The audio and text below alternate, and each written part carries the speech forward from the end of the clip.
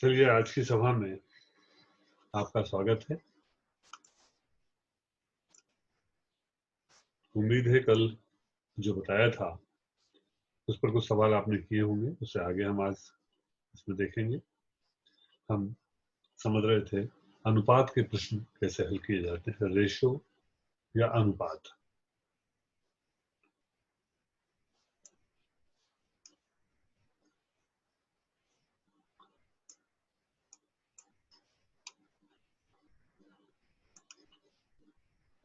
तो आज की सभा हम प्रारंभ करने जा रहे हैं। अभी पर्याप्त लोग उपस्थित नहीं हुए हैं मीटिंग हॉल में।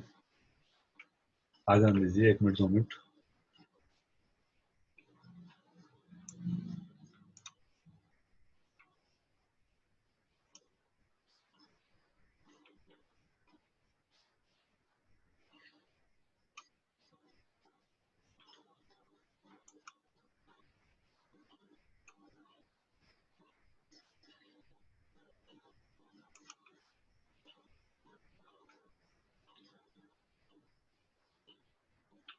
कल के बाद से हम शुरू कर रहे हैं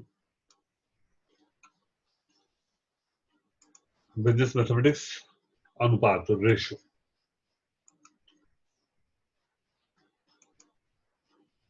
अब रेशो में आगे देखते हैं, दो बातें देखेंगे। तो मिश्र अनुपात देखेंगे और दूसरा देखेंगे दो अनुपातों की तुलना और सतत अनुपात। जब मिश्र अनुपात की बात की जाती है, दो अनुपातों का यदि मिश्र अनुपात निकालना है, कंपाउंड रेशो निकालना है, तो जैसे पहले बताया था कि अनुपात में जो पहले का पद होता है उसको प्रथम पद कहते हैं। जैसे 3:5, तो 3 जो है वो प्रथम पद है और 5 जो है उत्तर पद है। कौन सा पहले आता है और बाद में आता है, ये वाली बात है। तो जब मिश्र अनुपात निकालते हैं तो सभी के पहले पद का पहले पद में आपस में गुणा कर देते हैं, अनुपात दूसरे पद का दूसरे पद में गुणा करते हैं। 2 3 4 जितने भी अनुपात सब में पहले पद का आपस में गुणा कर लीजिए, अनुपात का चिन्ह लगाइए, बाद में दूसरे पद का गुणा कर लीजिए, इनको हल कर लीजिए, ये मिश्र अनुपात होगा। अब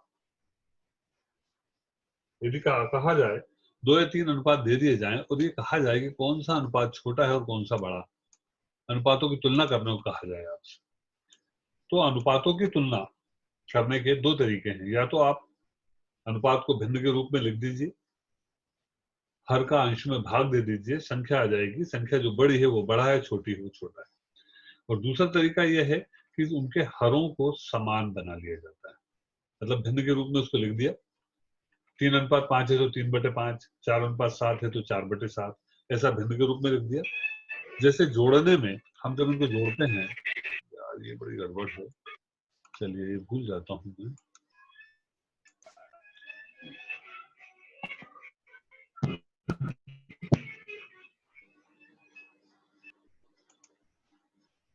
आप लोग अपना माइक बंद रखें प्लीज।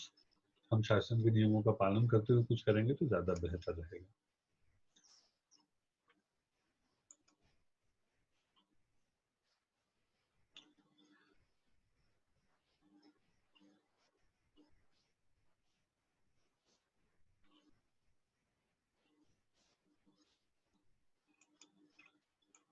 हाँ जी, तो क्या करते हैं कि उनका जैसे जोड़ते या घटाने समय हम जो करते हैं भिन्न का, हम एक लघुत्तम निकालते हैं।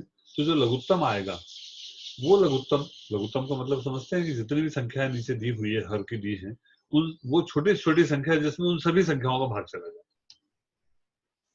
अभी लघुत्तम जो है उसके बराबर सबके हर को बनाना है, जो भी संख्या का गुणा करना पड़े। तो गुणा भिन्न में मैंने बताया था आपको कि अनुपात के दोनों पक्षों में यदि किसी संख्या का गुणा करते हैं तो अनुपात के मान में कोई अंतर नहीं आता है। इस नियम का यहाँ हम फायदा उठाएंगे और प्रत्येक भिन्न में, प्रत्येक अनुपात के अंश और हर में वो संख्या गुणा करेंगे ताकि सबके हर आपस में बराबर हो जाए। और फिर देखेंगे जिसका अंश बड़ा है वो बड़ा अनुपात है, जिसका अंश छोटा है वो छोटा अनुपात है। चलिए देखते हैं, इसको उदाहरण में देखेंगे तो समझ में आएगा आपको। ये मान लीजिए दो सवाल दिए हैं आपको, 3:5 और 7:11 की तुलना कीजिए। दूसरा सवाल ये है, तो पहले ये देखते हैं 3:5 और 7:11 की तुलना कीजिए, कौन सा बड़ा है और कौन सा छोटा, कंपेयर दैट। अब यहाँ देखो, इसको लिख सकते हैं 3/5, इसको लिख सकते हैं 7/11। तो क्या हुआ, नीचे 5 और 11 आएगा। 11 और 5 का लघुत्तम क्या आएगा, तो ग्यारह पंजे 55 से छोटी संख्या आ ही नहीं सकती। 55 आएगा मतलब क्या हुआ कि इसमें 11 का गुणा करना है और इसमें 5 का, तो 5 का सिर्फ इसी में नहीं होगा, इन दोनों में होगा। 11 का सिर्फ इसी में नहीं होगा, इन दोनों में गुणा करना पड़ेगा, ये याद रखना है। देखते हैं,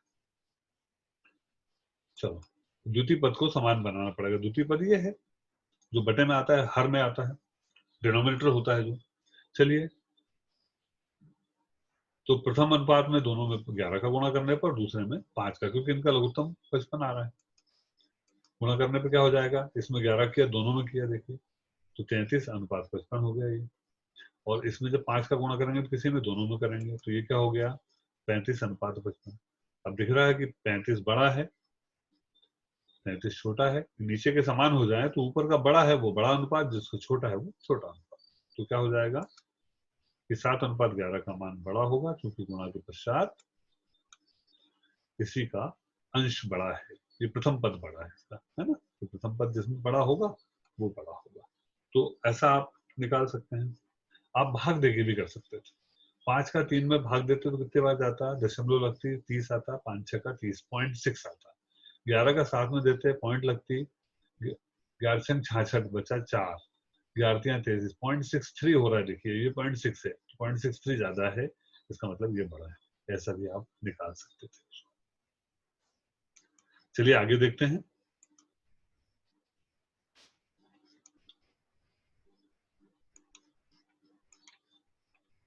यहाँ दोनों अनुपात दिए हैं, उसी तरीके से करना है आपको।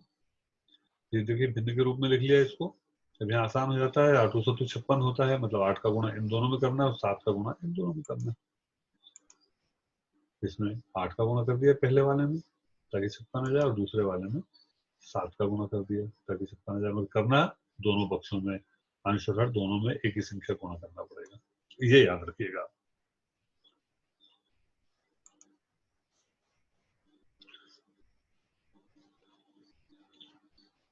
अब देखते हैं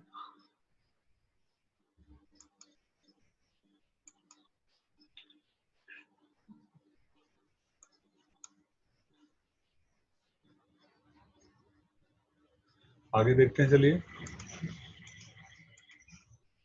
ये आ गया 40/56 और ये 49/56। अब आपको इस पर दिख रहा होगा कौन सा बड़ा है, 49 बड़ा है। इसका मतलब 49 कौन से को कर रहा था, 7:8 को, इसका मतलब 7:8 बड़ा है। ठीक है, ये आंसर आ गया आपका। एक और उदाहरण लेते हैं, मिश्र अनुपात का लेते हैं। चलिए, बिल्कुल छोटी छोटी चीजें ले रहे हैं अभी अपन, जल्दी जल्दी देख लेते हैं इनको। देखिए, मैंने बताया था आपको कि जब मिश्र अनुपात निकालना है तो क्या होता है, पूर्व पदों का गुणनफल अनुपात होता, मतलब पहले वाले पद का सबका गुणा कर दो आपस में, अनुपात लगाओ, बाद वाले पद का सबका गुणा कर दो। जैसे भी इसमें पहला वाला पद इसका 2 है, इसका 4 है, बाद वाला पद 5 और 3 है, तो क्या होगा, 2 × 4 अनुपात 5 × 3। हल कर लेते हैं, 4 2 8, 5 3 15। अभी कटता नहीं है किसी से भी, तो सीधे सीधे ये आंसर आ गया।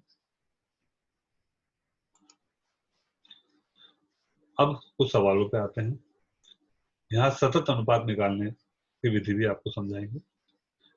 ईशान अंकुर गोरों में 2450 रुपए इस प्रकार विभाजित कीजिए कि अंकुर को ईशान का 2.5 गुना मिले और गौरव को अंकुर का 3.5 गुना मिले।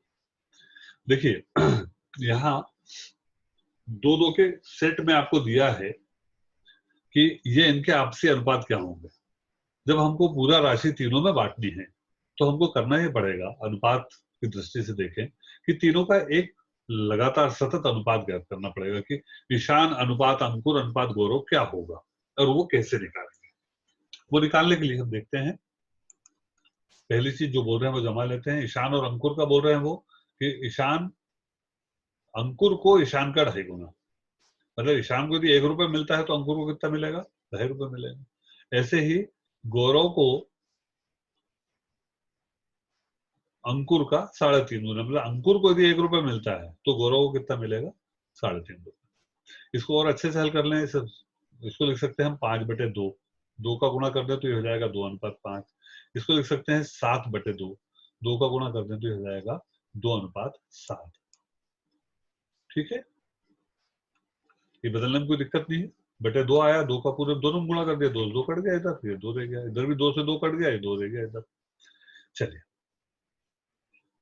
अब हमारा उद्देश्य ये है कि ये 5 और 2, ये जो बीच का है, यदि ये एक जैसा हो जाए, समान हो जाए, तो ये सतत अनुपात में बदल जाएगा। अब देखिए कैसा करते हैं। ये 5 और 2 को हमको बराबर करना है सतत अनुपात में बनाने के लिए। ठीक है, कैसे करेंगे बराबर? अब देखिए, इस अनुपात में यदि 2 का गुणा कर दें और उल्टा सीधा गुणा कर दें, इसमें 2 का कर दें, इसमें 5 का कर दें, तो ये 5 दूनी 10 हो जाएगा, ये 2 पंजे 10 हो जाएगा। लेकिन एक में गुणा नहीं कर सकते, करना होगा दोनों में गुणा करना पड़ेगा, यहाँ भी दोनों। तो इसमें कितने गुणा करना पड़ेगा? इसका 2 का, यानी ये हो जाएगा 4:10। इसमें कितना करना पड़ेगा? 5 का, तो 5 दूनी 10, 5 7 35, तो ये हो जाएगा 4:10 और 10:35।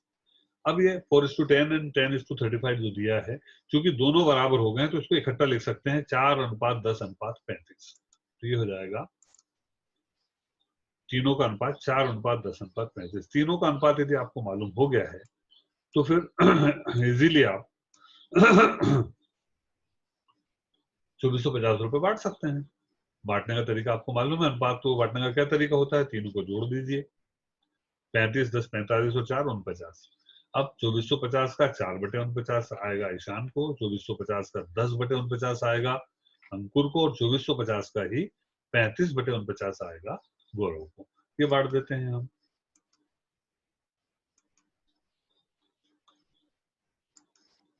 ईशान को आ गया 200 रुपए।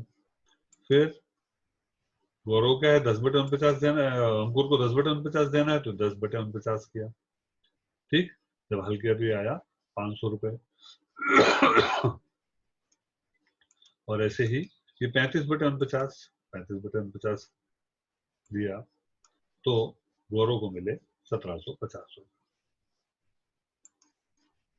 तो इस प्रकार से हम सतत अनुपात निकालकर, ऐसा कोई अलग अलग तरीके से आपको इनके आपसी संबंध दिए हों तो उसको एक पूरे संबंध में बदलकर इन तीनों में बांटने का सवाल हल कर सकते हैं। ठीक है, उम्मीद है किसी को कोई कंफ्यूजन नहीं होगा। एक बार फटाफट दोहरा लेते हैं। हमको यहाँ पर अंकुर ईशान का दिया था तो अंकुर ईशान को जमाया, अंकुर गौरव को दिया था, अंकुर गौरव को जमाया, और इसके बाद इसको सामान्य भिन्न में बदला। सामान्य भिन्न में बदलने के बाद हमने ये बीच में जो अंकुर इधर 5 है इधर 2, इसको बराबर करना था। इसके लिए हमने प्रयास किया कि 2 का गुणा इन दोनों में कर दिया, 5 का गुणा इन दोनों में कर दिया। इस प्रकार हमने इनको बराबर कर लिया। बराबर कर लिया तो एक बराबर अनुपात आ गया। बराबर अनुपात आ गया तो इस अनुपात में फिर तीनों 2450 को तीनों में हमने विभाजित कर दिया। ठीक है, बहुत लेट आते हैं कुछ लोग भाई, बहुत डिस्टर्बेंस होता है। चलिए आगे बढ़ते हैं।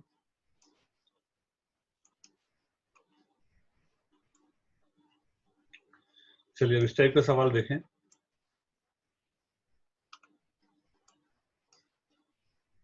35 लीटर के मिश्रण में दूध और पानी का अनुपात 4:1 है। यदि मिश्रण में 7 लीटर पानी और मिला दिया जाए तो दूध और पानी का अनुपात क्या होगा? देखिए, सवाल को आप बहुत ध्यान से पढ़ेंगे जो भी दिया हो। हमको 35 लीटर मिश्रण दिया है, दूध पानी का अनुपात भी दिया है। दोनों चीज दी है तो हम उसको अलग अलग कर सकते हैं। दूध कितना है और पानी कितना है, 4:1 में बांट दीजिए 35, तो पता लग जाएगा दूध कितना है और पानी कितना है। अब इसमें जो मिलाने का बोल रहे हैं, यदि इस मिश्रण में पानी मिलाने का बोल रहे हैं, इसका मतलब दूध तो उतना ही रहेगा जितना पहले था। पानी जो हो उसमें 7 और जोड़ के नया अनुपात निकाल दीजिए। बहुत सरल सवाल है, देखते हैं। ये चलिए, हमने दूध की मात्रा निकाली। ये 4 और 1 5, 4/5 कितना हुआ? 28 लीटर। तो बचा 7 लीटर हो जाएगा पानी। ठीक है, अब पानी 7 लीटर और मिला दिया तो पानी की मात्रा, नई पानी की मात्रा कितनी हो जाएगी? 14 लीटर। और दूध तो उतना ही रहेगा 28, तो अनुपात क्या हो जाएगा? 28:14 या 2:1। आंसर आ गया। बिल्कुल सिंपल सवाल था। उम्मीद है समझ में आया होगा आपको।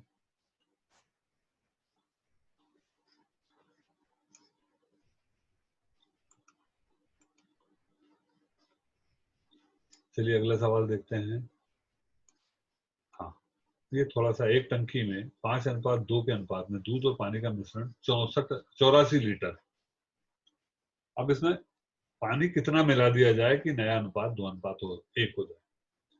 पानी कितना मिला दिया जाए, जब भी सवाल में कितने वाली बात आती है तो हम सदा x मान लेते हैं। अब लेकिन ये हमको दिया है, यहाँ पर भी अनुपात दिया है और मात्रा दी है, तो हम क्या करेंगे, दोनों को अलग अलग निकाल लेंगे। अलग अलग निकाल लेते हैं। दूध आ गया 60 लीटर, पानी आ गया 24 लीटर। अब वो क्या बोल रहा है, कितना पानी और मिला दिया जाए। मान लो 1 लीटर मिलाते हैं, तो क्या हो जाएगा भाई, पानी की मात्रा हो जाएगी 24 प्लस 1 लीटर। दूध में तो कोई परिवर्तन नहीं आया, तो दूध तो वही रहेगा।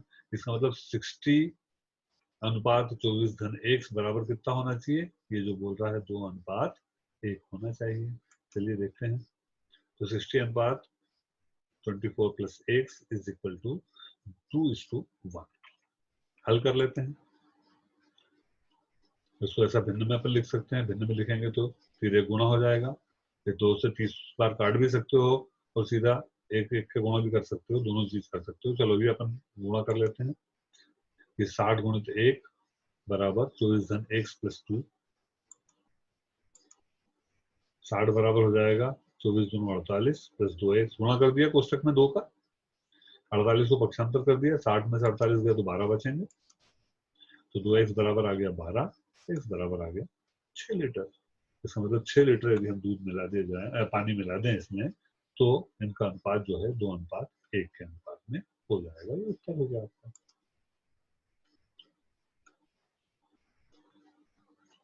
सवाल को ध्यान से पढ़िए, देखिए क्या बोलना चाहता है वो। जैसा वो बोलता जा रहा है, यदि वैसा हम करते जाएंगे भारत में वर्ड्स प्रॉब्लम में, तो हम अपने आप उत्तर पर पहुंच जाएंगे। आगे देखते हैं। चलिए,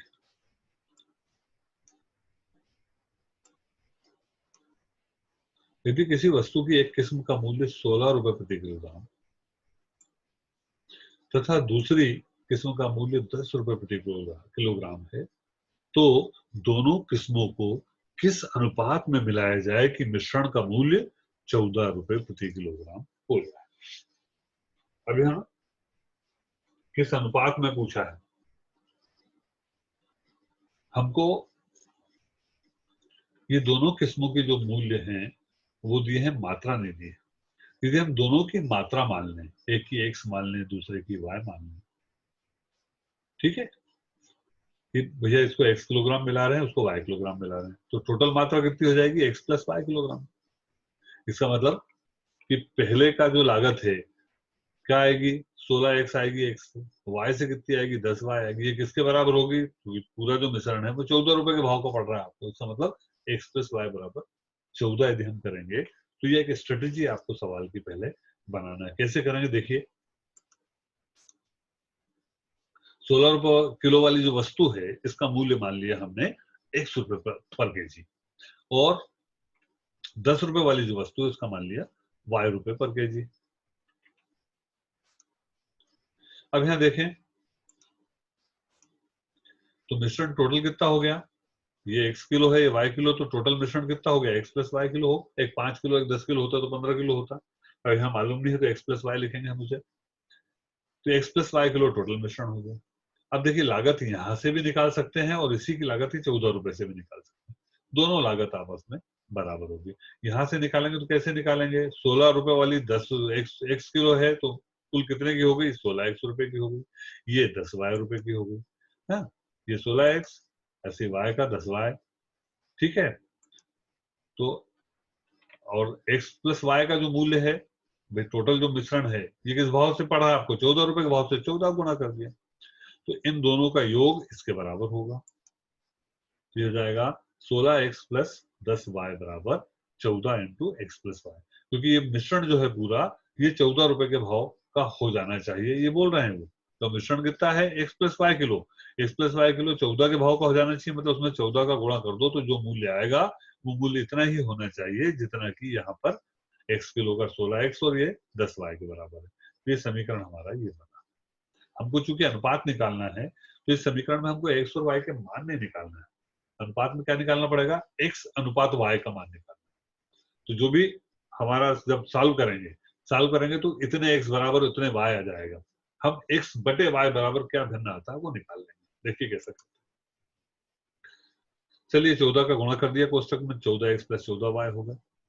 ये 14x को इधर ले गए, 10y को इधर ले आए, तो ये 14x इधर चला गया, 10y इधर आ गया। ये बचा कितना, 4 और 2 6, 2x बचेगा, इधर 4y बचेगा, तो 2x बराबर 4y। अब y को जब इधर पक्षांतर करेंगे तो x बटे y हो जाएगा, गुणा है तो भाग हो जाएगा ना। अभी 2 को पक्षांतर करेंगे तो गुणा है तो ये यहाँ भाग हो जाएगा, तो क्या हो जाएगा, x बटे y बराबर 4/2। ये x बटे y बराबर 4/2 हुआ, काट दिया तो 2/1। इसका मतलब किस अनुपात में मिलाना पड़ेगा, 2:1 के अनुपात में, 2:1 के रेशियो में दी इन दोनों किस्मों को मिलाएंगे तो जो हमारे पास मिश्रण बनेगा उसका लागत जो है हमको 14 रुपए प्रति किलोग्राम पड़ेगी।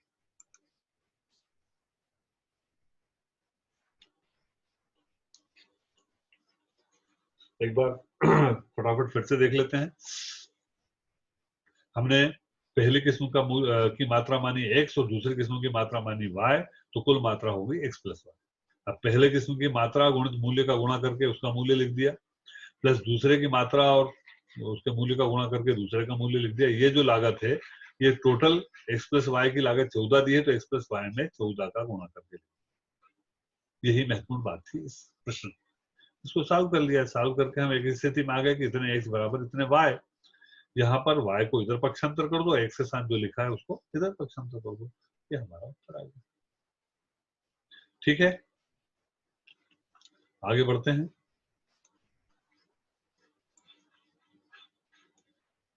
ये प्रश्न फिर देखते हैं हम। ए, बी तथा सी की कुल मिलाकर, ये थोड़ा सा अच्छा सवाल है, ध्यान से देखिएगा। कुल वार्षिक आय दी है 79,800, 79,800 रुपए, और दिया वे अपनी आय का क्रमशः 80%, 87 से ही 1/2% और 90% व्यय करते हैं, एक्सपेंड है ना, एक्सपेंडिचर है उनका 80%, 87.5% एंड 90%। यदि उनकी वार्षिक बचत दी है, एनुअल जो उनकी सेविंग्स है, वो यदि 16:17:12 के रेशियो में है, तो प्रत्येक की वार्षिक बचत ज्ञात कीजिए। क्या पूछ रहे हैं, प्रत्येक की वार्षिक बचत निकालने को कह रहे हैं। अब देखिए, देखने में बड़ा गड्ढमड्ढ लगता है सवाल, इसको कैसा हल करेंगे। ये सवाल थोड़ा दिमाग में बैठा लीजिए। कुल वार्षिक आय दी हुई हमें 79,800 रुपए, आय का कितना परसेंट व्यय करते हैं ये दिया हुआ है। यहाँ देखो एक बात निकल जाती है, मैंने कल भी आपसे ये बात कही थी पिछले उसमें, कि आय में से दो ही बातें हो सकती है, या तो वो व्यय करेगा या बचाएगा। यदि आपसे कोई कहता है कि आय का 80% व्यय करता है, इसका मतलब कितना बचाता है, परसेंट में दिया है तो 100 में से घटा दो, 80% व्यय करता है मतलब 20% बचाता होगा।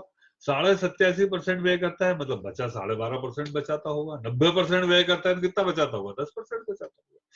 तो हम यहाँ से निकाल सकते हैं कि कितना व्यय करते हैं तो कितना परसेंट बचाते हैं, और यहाँ से बचत जो है उसको एक सीधी हम ले लेंगे, तो ये बचत का हम संख्या भी ज्ञात कर सकते हैं कि इसकी बचत 16x, इसकी 17x, इसकी 12x।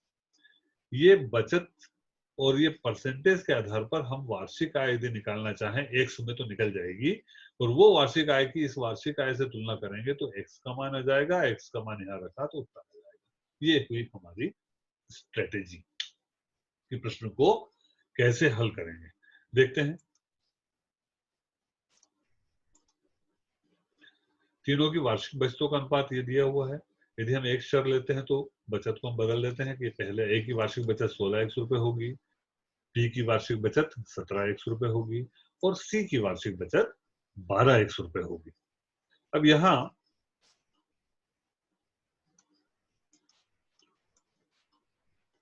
तीनों की बचत के आधार पर जो आय की गणना वाली बात मैंने बताई थी, वो नीचे हम तालिका में देखेंगे तो बहुत अच्छे समझ में आएगा। देखिए, व्यय का परसेंट आपको दिया था, ए का 80% दिया था, बी का 87.5% दिया था, और सी का 90% दिया था। 100 में से घटा दीजिए 80 का, ये 100 में से 80 घटाए तो कितना बचा, 20%। ऐसे इसको भी 100 में से घटाएंगे हम तो ये बचेगा 12.5%, इसको भी 100 में से घटाएंगे तो कितना बचेगा, 10%। तो बचत का परसेंटेज हमको मालूम पड़ गया, इतना है। बचत ये हमने ये निकाली है 16x, 17x, 12x, ये बचत आ गई 16x, 17x, 12x। अब कैसे निकालेंगे, छोटी सी झपकी जमा लो आप।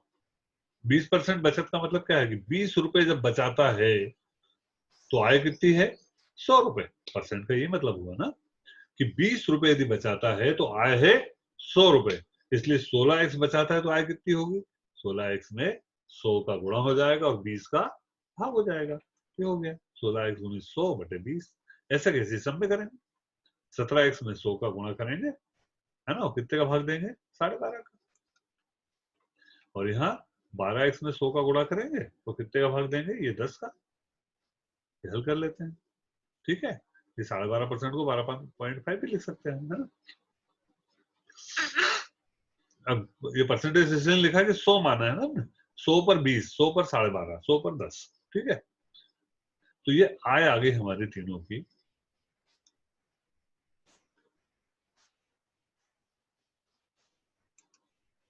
अब इनको जोड़ ले तो कुल आय आ जाएगी। कुल वार्षिक आय प्रश्न में दी हुई है। चलिए तो कुल निकाल ले, तीनों की कुल आय कितनी होगी? तीनों को जोड़ लिया, 120, 80, 200 और 336 एक्स रुपए, ठीक है। अभी 336 एक्स रुपए तीनों की कुल वार्षिक आय निकाल ली हमने। कुल वार्षिक आय प्रश्न में दी है तो इसके बराबर लिखेंगे तो एक्स का मान निकल आएगा। देखिए प्रश्न में दी है 79,800 रुपए, तो क्या हो जाएगा? 336 एक्स जो हमने निकाला था पिछले उस पर, तो वो बराबर हो जाएगा 79,800। तो एक्स बराबर हो जाएगा 79,800 बटे 336 या 237.5। अब जो बचत थी 16x 17x वाली, वो बचतों में मान रख दो। 16x थी एक ही वार्षिक बचत, तो 16 गुणित 237 यानी 3800 रुपए आ जाएगी। बी की वार्षिक बचत थी 17x, तो 17।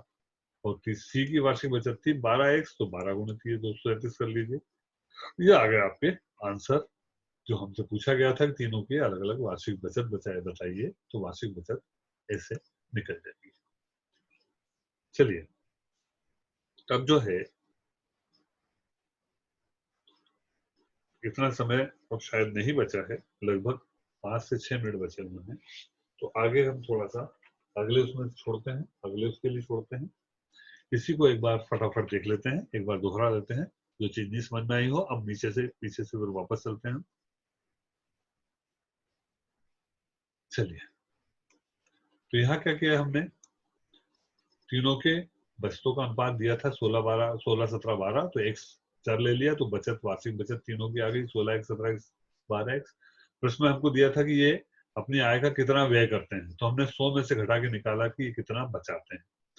कितना परसेंट बचाते हैं मालूम है, और कितनी बचत है तो हम जबकि जमा कर एक छोटा सा जबकि जमाएंगे कि 100 रुपए इसकी यदि आय है तो 20 रुपए बचत है, तो 20 रुपए बचत है ना। इसका मतलब बचत से जमाना है तो पहले जबकि बचत को जमाओगे। जब 20 रुपए बचाता है तो उसके इनकम है 100 रुपीज। तो 16x बचाता है तो कितनी होगी? 16x गुणित 100 डिवाइडेड बाई 20, है ना। 2 और 3 का गुणा करते हैं और 1 का भाग देते हैं, ये जबकि का नियम होता है। तो ऐसा सब में हमने किया और इनसे हमारी सबकी अलग अलग वार्षिक आय ज्ञात हो गई। इन तीनों को जोड़ दिए तो तीनों की कुल वार्षिक आय ज्ञात हो गई हमें। अब चूंकि प्रश्न में दिया था 79,800 वार्षिक आय, तो जो आया 336 एक्स बराबर हमने 79,800 रख दिया, एक्स का मान निकल गया। और ये जो बचत दी थी 16x, 17x, 12x, इसमें हमने एक्स का मान रख दिया, एक्स का गुणा कर दिया, तो हमारा उत्तर आ गया। तो ये था आपका इस प्रश्न का आंसर। अनुपात से संबंधित और भी कुछ सवाल कल हम देखेंगे।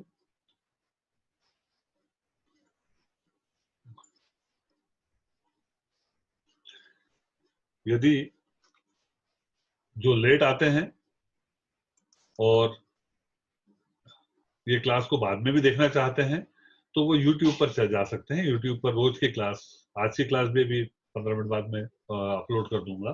तो commerce class with doctor Mahesh Agrawal यदि आप सर्च करेंगे तो आपको YouTube चैनल मिल जाएगा। तो उसमें जो चाहे वो क्लास आप देख सकते हैं, उसको फॉरवर्ड करके और रोक के भी, वीडियो रोक के भी आप उसको अच्छे से समझ सकते हैं। तो इसको देखिएगा। हाँ, इसको देखें जब इतना जरूर करिएगा, एक तो चैनल को सब्सक्राइब कर लीजिए ताकि आपको मिलते रहें वीडियो। और दूसरा, यदि आपको पसंद आता है, समझ में आता है, तो उसको लाइक करिए। नहीं समझ में आता है तो भी मुझे बताइए अनलाइक करके, ताकि मैं और क्या इसमें सुधार कर सकता हूँ वो विचार करूंगा। चलिए तो आज की सभा हम यही संपन्न करते हैं। आप लोग स्वस्थ रहें, प्रसन्न रहें, घर पर रहें, बिल्कुल बाहर ना निकलें। कोरोना वायरस का जो इस समय समय चल रहा है, ये इतना बुरा समय है, उसको अच्छे से निकालिए, प्रेम से निकालिए आप। कुछ भी अच्छे कार्य करिए, अच्छी किताबें पढ़िए, कुछ अच्छे सीरियल्स आ रहे हैं, महाभारत, रामायण और चाणक्य, इनको जरूर देखिए कि ये जितने भी सीरियल बनाए गए हैं, ये बहुत शोध करके बनाए गए हैं, पुराने सब ग्रंथों का सार निकाल कर बनाए गए हैं। तो इससे हमको हमारी पुरातन सभ्यता को समझने का अवसर मिलेगा, हमारी भाषा जो है वो समृद्ध होगी, एक अच्छी भाषा आप बोलने लगेंगे, इसलिए इनको जरूर देखिएगा। चलिए, तो आज की सभा यही संपन्न करते हैं। नमस्कार।